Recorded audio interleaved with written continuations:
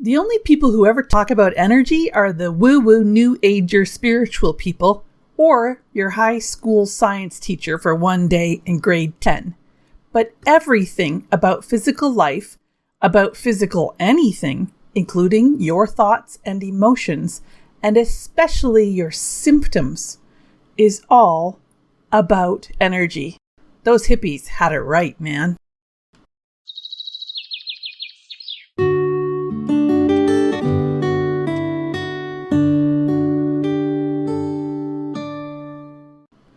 We can't understand life without understanding energy, but when we try to learn about energy, it gets ugly.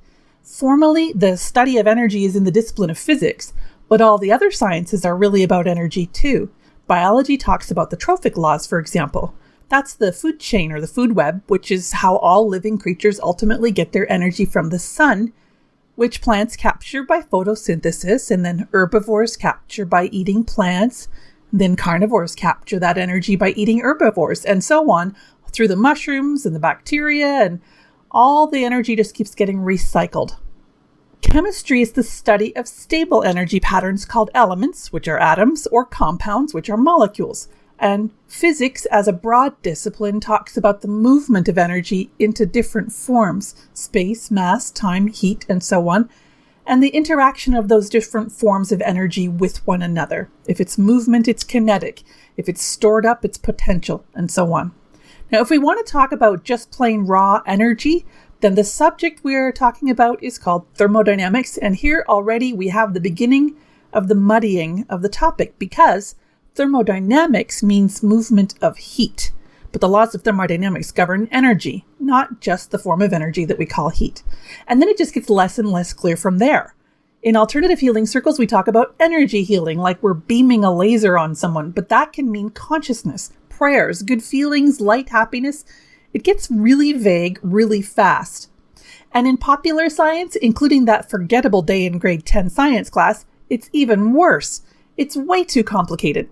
There aren't any practical applications of the science, and everyone breathes a collective sigh when this esoteric and useless subject is finally over and done with, and we can get back to making stuff blow up. Now, I needed to make this video because I refer to energy a lot in my teachings about how the body works, how the psyche works, and how relationships work, how nature works, how everything works. And I searched high and low for something usable on YouTube, and I found a lot of goofy nerds wearing bow ties or hipster clothes trying to appear fun and friendly, but the poor buggers always have to get back to the equations and go off into the boring stuff again and lose their audience. For example, the first law of thermodynamics is the law of conservation of energy. Look at this balloon pop. This doesn't explain anything, but if I babble quickly enough and put little zinging sound effects, that's pretty cool, right? For another example, the second law of thermodynamics is the law of entropy. If I put black ink into this clean water, it spreads around, but then it never works backward. Isn't that bizarre? What an existential conundrum. And look how messy your room is, but somehow you can find your shirt when you want. Wow, am I right, huh? A third example about the third law of the thermodynamics, which is so confusing that we don't even have a proper name for it. We say, instead, the third law of thermodynamics regarding closed systems at equilibrium at absolute zero temperature. Super not helpful. Minus 273 degrees is really cold. There's a nebula that's minus 250 degrees. Here on Earth, we managed minus 272.95 degrees in a lab somewhere. The South Pole is minus 93 degrees, which would make your spilled coffee turned to ice before it hit the ground. Also, if I sucked all the heat out of something, it would form a perfect crystal. And I'll just keep babbling and showing pictures and big words because I don't understand this, but I'm hoping you're impressed anyway. What I'm saying, folks, is if you want to see just how not smart our current Western civilization is, just do a little research on the topic of energy, the very substance of which life, the universe, and everything are made, and you'll find a whole lot of blabbing about nothing. Why is that? Because we live in a deterministic society. That's our fundamental global paradigm right now. It's been disproven for over a century, but it's been our paradigm for thousands of years, so we haven't been able to make the shift yet in our thinking. Determinism is the doctrine that all events, including human action, are ultimately determined by causes external to the will. We are all helpless victims of chaotic forces that cannot be understood. In other words, thermodynamics, or energy, cannot be understood. Any more than a seed that hasn't cracked open can understand sunlight and rain and wind and squirrels. But it's not true that we're helpless victims of chaotic forces that we cannot understand. The truth is, the universe and everything in it, including you and me, is made of energy. And that energy follows extremely strict rules. And those rules are actually not complicated. The results of those rules can become exquisitely complex and sophisticated, just like a simple equation can produce an exquisitely complicated graphical representation called a fractal. But the equation itself, the governing rule out of which the complex system arises, is perfectly simple, and it doesn't change either. Now, there are 3 laws of thermodynamics, or 4, if you count the so-called 0th law of thermodynamics that some people stick in ahead of the first law of thermodynamics. Now, all 3 or 4 can be summed up as follows. Everything is made of energy, there's a finite amount of energy, and that energy just moves from one pattern to another. That's it. Everything else that we're studying, whether it's biology or nuclear physics or economics or the courtship rituals of the Gibusi people or harmonic tones in acoustic guitar or how to cook a perfect souffle or the fixations and defenses that underpin a personality disorder, everything that we try to understand can be understood better if we understand that everything is made of energy, there's a finite amount of energy, and the energy just moves from one pattern to another. The first law of thermodynamics is officially called the law of conservation of energy.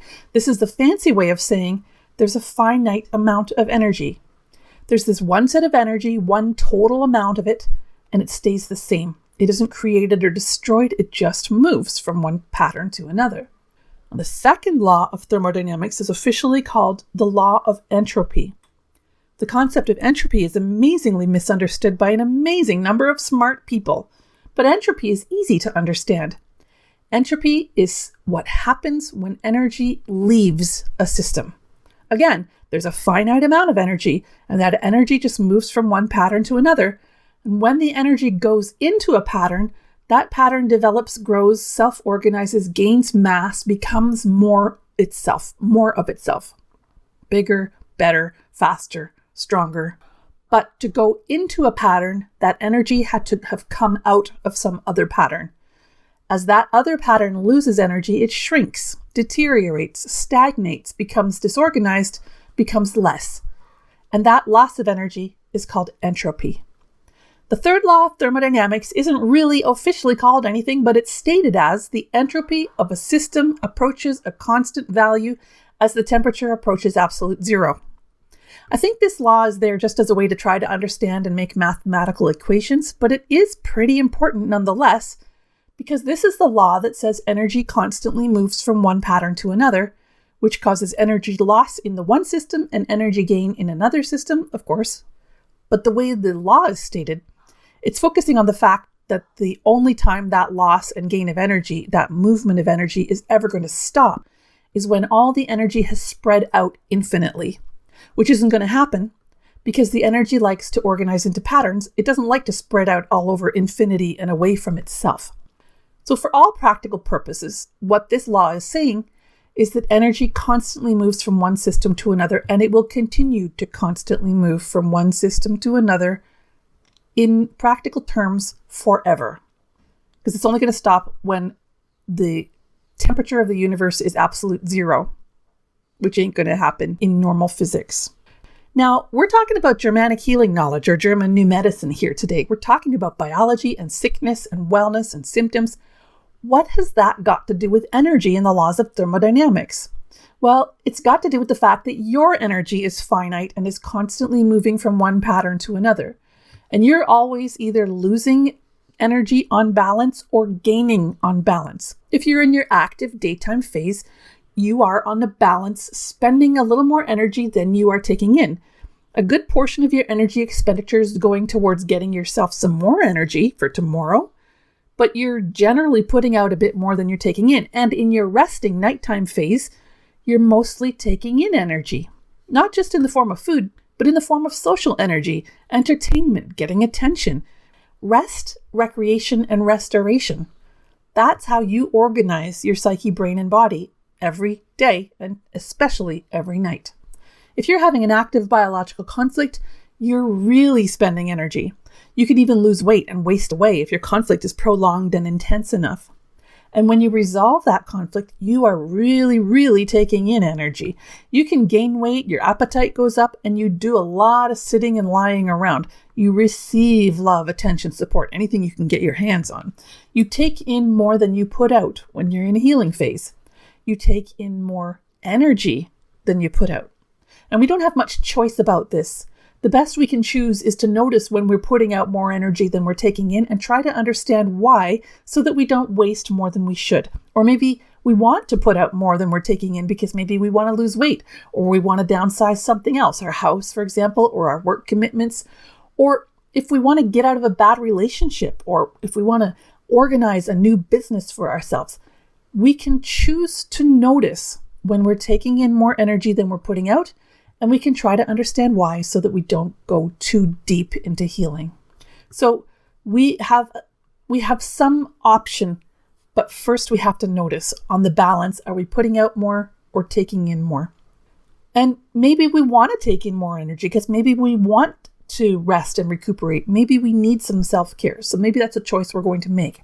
So we have a choice about observing where our energy is going and whether we want to help that along or slow the movement somehow. But we do not have a choice about energy moving. We don't have the choice about there being a finite amount of energy either. You can't eat 8 million calories today and never need another meal for, another 10 years. You can't decide not to need energy anymore, not to breathe, not to eat, not to have any interaction with the world for the rest of the year. You can't get ahead of it. You can't store it up. I like the way that C.P. Snow famously joked about the laws of thermodynamics. Basically, he said that energy and life are a game. The first rule of the game is that you can't win because there's a finite amount of energy and you can't make more of it. The second rule of the game is you can't break even because that energy that you gain is always going to be sneaking off into a new pattern sooner or later. And the third rule of the game is that you can't quit the game because energy is never going to stop moving. Before I go, I want to mention that so-called zeroth law of thermodynamics. This one might actually be the most important law of all. The zeroth law of thermodynamics was thought up later on, but it belongs first. It belongs before the law of conservation of energy. The zeroth law is that if two thermodynamic systems are each in thermal equilibrium with a third system, then they are also in thermal equilibrium with each other. Accordingly, thermal equilibrium between systems is a transitive relation. Snore, boring, right? Who cares? Well, we all should care because this zeroth law of thermodynamics says that if you are alive, you're a pattern, you're a system. And that means you are going to have to interact with other systems. You cannot exist in a vacuum. And you and those other systems are all going to affect each other. You're going to enmesh with each other. You're going to be impacted by them and them by you, and there's nothing anybody can do about it except understand where that energy is going, and that energy is going to transfer. So everything about your life is a pattern within a pattern in the context of another pattern, and to shift one, you've got to be aware of all of them. Or, as C.P. Snow put it, the zeroth law of thermodynamics is you have to play the game. I hope you found the video interesting and informative. Please like and subscribe, and check out my video, How to Find the Conflict That's Causing Your Symptom. Link in the description.